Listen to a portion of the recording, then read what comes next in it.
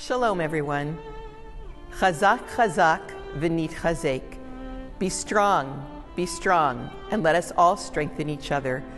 These words were the last we heard after finishing the book of Exodus last Shabbat. Tomorrow morning, we will begin a new book, Leviticus, Vayikra, and God called. Shabbat Zachor, the Shabbat of remembrance. God is calling us actually right now. As we anticipate the holiday of Purim next Wednesday evening, we are more than aware. We are remembering the history of evil in our tradition from the tribe of Amalek. Sadly, we do not have to look to history to see that we have a new Haman in our midst. There is no way to escape the tragedy unfolding in front of us day after day from Ukraine, and we cannot close our eyes or turn our backs to the millions of people in need trying to escape war. It is all too close to the time and very much the same place where many of us come from and from which many of our families escaped. My own uncle just turned 85 on Sunday. He is the child survivor of the Holocaust. Born in Lvov, Poland, his father had the good sense to find a woman willing to take him out of Lvov and far into the Polish countryside, where she placed him and stayed with him in a Catholic school. He served there as an acolyte and hid in plain sight as a Catholic child. His parents were rounded up and killed by the Nazis. When the war ended, he and the woman ended up in a displaced persons camp, where miraculously his uncle was able to find him.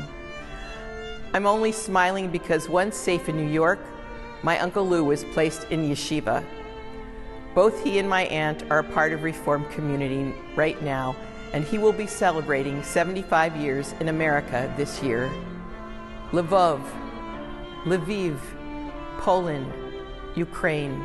No matter the name, the place is the same, and the despots, Haman, Amalek, Hitler, Putin, were and are out to destroy a nation. And what are we doing? Can we sit by and just watch? What will we say to our children this Shabbat, next year, or even in 10 years? That we didn't remember? That we didn't help? There are so many vetted organizations that are helping, and you can easily go to our own Jewish Federation of San Diego to send donations, or find out what else is necessary to help. The people of Poland, Germany, and Romania, to name a few, are able to be on the ground helping.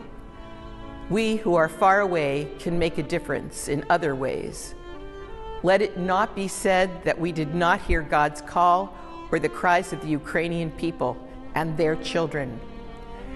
Rather, let each of us say in this dark moment that we did the best that we could and did not turn a blind eye.